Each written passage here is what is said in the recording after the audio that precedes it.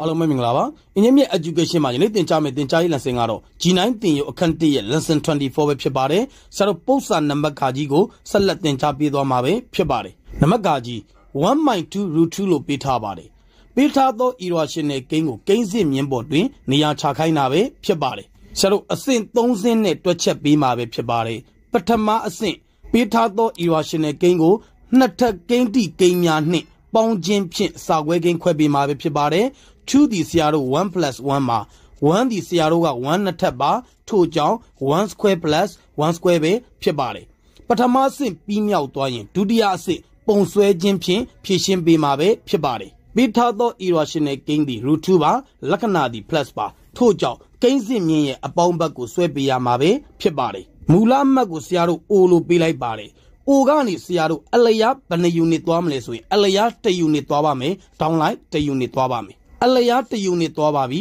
ထိုအမှတ်ကိုဆရာတို့က A လို့ပေးလိုက်ပါမယ်အမှတ် A မှ downlight 1 unit ထောင်ပေးမှာပဲဖြစ်ပါတယ်အမှတ် A ကနေ downlight 1 unit ထောင်ပြီးပါပြီထိုအမှတ်ကိုဆရာတို့က B လို့ပေးလိုက်ပါမယ်ထိုအခါမှာ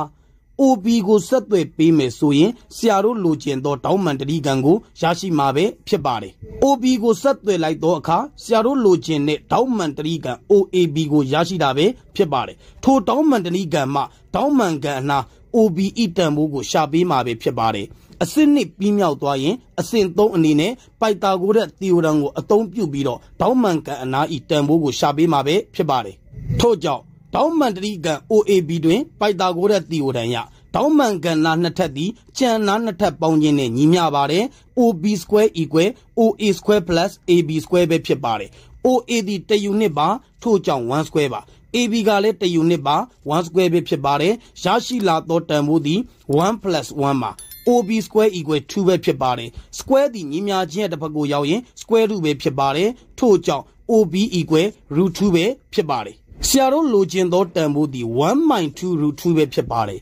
1 root 2သည် root 2ကို 2 နဲ့စားခြင်းမှာထို့ကြောင့်နှစ်ပတ်စလုံးကိုဆရာတို့က1 နဲ့မြောက်ပေးမှာပဲဖြစ်ပါတယ်လက်ဝဲဘက်ကိုလည်း1 နဲ့မြောက်ပါမယ်လက်ရဘက်ကိုလည်း1 နဲ့မြောက်ပါမယ်လက်ဝဲဘက်ကို1 နဲ့မြောက်လို့ရရှိလာသောတန်ဖိုးသည်1 OB ပဲဖြစ်ပါတယ်လက်ရဘက်ကို1 နဲ့မြောက်လို့ရရှိလာသောတန်ဖိုးသည်1 root 2ပဲဖြစ်ပါတယ်ဒါသည်ဆရာတို့လိုချင်သောတန်ဖိုးပါထို့ကြောင့် OBE တန်ဖိုးကို2နဲ့စားပေးမယ်ဆိုရင်ပေးထားသော irrational gain ကိုကိန်းစစ်မြင်းပေါ်မှာနေရာချပြီးသားဖြစ်သွားပါပြီ OB တန်ဖိုးကိုဆရာတို့တဝက်ဝက်လိုက်ပါမယ်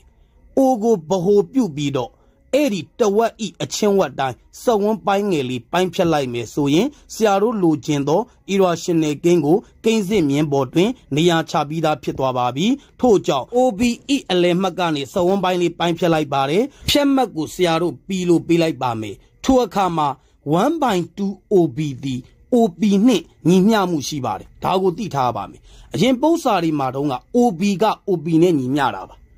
ဒီပု္ပ္ပစာမှာဆရာတို့က OBE တဝက်သည် OP နဲ့ညီမျှခြင်းပဲဖြစ်ပါတယ်ထို့ကြောင့်ဆရာတို့စာလေးရေးလိုက်ပါပြီ1/2 OB equal OP ဖြစ်အောင်ပြုလုပ်သည်ထိုအခါမှာဆရာတို့ဖြတ်မှတ်ပြီးသည် irrational gain 1 root 2ကိုဖော်ပြသောအမှတ်ပဲဖြစ်ပါတယ်ထို့ကြောင့် P သည် irrational gain 1 root 2ကိုဖော်ပြသောအမှတ်ဖြစ်သည်လို့ရေးပြလိုက်ရင်ရပါပြီယနေ့သင်ကြားပေးခဲ့တဲ့ပု္ပ္ပစာနံပါတ်ကကြီးရဲ့ရှင်းလင်းချက်ကိုနားလည်လိမ့်မယ်လို့ထင်ပါတယ်အားလုံးကိုကျေးဇူးတင်ပါတယ်ရှင်လန်းချမ်းမြေ့ကြပါစေဗျာ